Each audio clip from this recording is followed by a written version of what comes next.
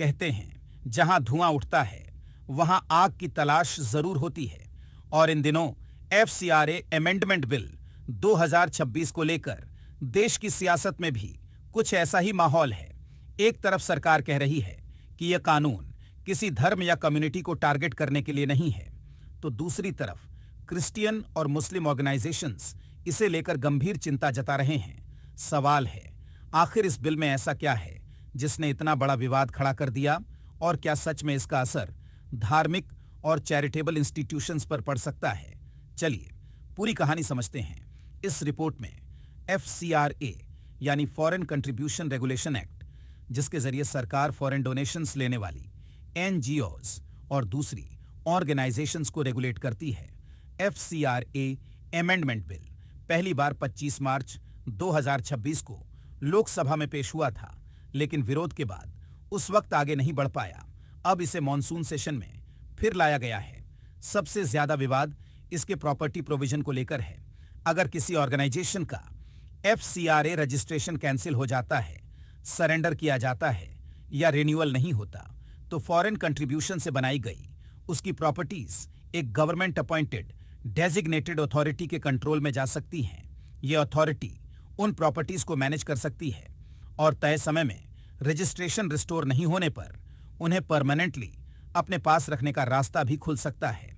और खास बात यह है कि अगर कोई प्रॉपर्टी फॉरेन और डोमेस्टिक दोनों तरह के डोनेशन से बनी है, तब भी इस प्रोविजन का असर पड़ सकता है। हालांकि बिल में कहा गया है कि अगर ऐसी प्रॉपर्टी में कोई प्लेस ऑफ वर्शिप है तो उसका रिलीजियस कैरेक्टर बरकरार रहेगा। वहीं एफसीआरए वायलेशन की मैक्सिमम पनिशमेंट को 5 साल से घटाकर 1 साल करने का प्रस्ताव भी है। अब यहीं से ऑपोजिशन और ऑर्गेनाइजेशंस की चिंता शुरू होती है। सीबीसीआई यानी Catholic Bishops Conference of India समेत कई क्रिश्चियन ऑर्गेनाइजेशंस का कहना है कि उनके कई चर्चेज, स्कूल्स और हॉस्पिटल्स फॉरेन कंट्रीब्यूशन से बने हैं। मुस्लिम ट्रस्ट्स भी इसी तरह के स्कूल्स, हॉस्पिटल्स और ऑर्फनेजेस चलाते हैं। इसलिए उनका सवाल है, अगर रजिस्ट्रेशन खत्म हुआ तो इन प्रॉपर्टीज का क्या होगा? लेकिन सरकार का जवाब भी उतना ही साफ है। गृह मंत्री अमित शाह ने 6 अगस्त को क्रिश्चियन रिप्रेजेंटेटिव्स से मुलाकात के दौरान कहा कि ये लॉ सेक्युलर है और किसी पार्टिकुलर रिलीजन को टारगेट नहीं करता। सरकार का कहना है कि एफसीआरए रूल्स सभी ऑर्गेनाइजेशंस पर समान रूप से लागू होंगे। अमित शाह ने मिजोरम के मुख्यमंत्री लाल दुहोमा से मुलाकात में यह भरोसा भी दिलाया कि अमेंडमेंट को रेट्रोस्पेक्टिव यानी पूर्व प्रभाव से लागू नहीं किया जाएगा। लेकिन विपक्ष इससे संतुष्ट नहीं है। कांग्रेस सांसद शशि थरूर समेत विपक्ष के कई नेताओं ने आरोप लगाया है कि डिजाइन्ड अथॉरिटी को इतनी पावर देना सिविल सोसाइटी के लिए खतरा बन सकता है। केरल विधानसभा भी बिल वापस लेने की मांग वाला प्रस्ताव पारित कर चुकी है। अब जरा आंकड़ों पर नजर डालिए। गृह मंत्रालय के एफसीआरए डैशबोर्ड के मुताबिक देश में अब तक 52,156 ऑर्गेनाइजेशंस ने एफसीआरए रजिस्ट्रेशन कराया है, लेकिन इनमें आज सिर्फ 14,434 यानी 27.7% ऑर्गेनाइजेशंस एक्टिव हैं। वहीं 22,496 रजिस्ट्रेशंस कैंसल हो चुके हैं और 15,226 डीम्ड एक्सपायर्ड माने गए हैं। राज्यों की बात करें तो तमिलनाडु सबसे इंटरेस्टिंग पिक्चर दिखाता है।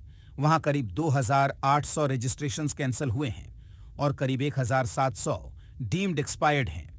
लेकिन इसके बावजूद तमिलनाडु में करीब 2,050 एक्टिव एफसीआरए ऑर्गेनाइजेशंस हैं, यानी एक्टिव ऑर्गेनाइजेशन की संख्या में भी वही नंबर 1 है। महाराष्ट्र, आंध्र प्रदेश, पश्चिम बंगाल और कर्नाटक में भी एफसीआरए एक्टिविटी काफी ज्यादा है।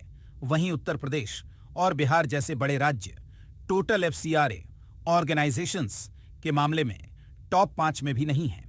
अब सबसे बड़ा सवाल, अगर सरकार कह रही है कि ये लॉ रिलीजन न्यूट्रल है, तो फिर सबसे ज्यादा विरोध क्रिश्चियन और मुस्लिम ऑर्गेनाइजेशंस की तरफ से ही क्यों दिखाई दे रहा है? और दूसरी तरफ हिंदू और सिख ऑर्गेनाइजेशंस की ओर से अभी तक कोई बड़ा पब्लिक ऑपोजिशन सामने क्यों नहीं आया? क्या ये सिर्फ ऑर्गेनाइजेशंस की आशंका है या बिल में सचमुच ऐसे प्रोविजंस हैं जिन पर सेफगार्ड्स जरूरी हैं? फिलहाल जवाब पूरी तरह सामने नहीं आया है। 12 अगस्त 2026 को पार्लियामेंट में इस बिल पर चर्चा होनी है। यानी अब सबकी नजरें उसी दिन पर हैं, क्योंकि सवाल जितना बड़ा है, जवाब का असर उससे भी बड़ा हो सकता है। सरकार कह रही है ट्रांसपेरेंसी और रेगुलेशन, विरोध करने वाले कह रहे हैं पावर और प्रॉपर्टी का खतरा।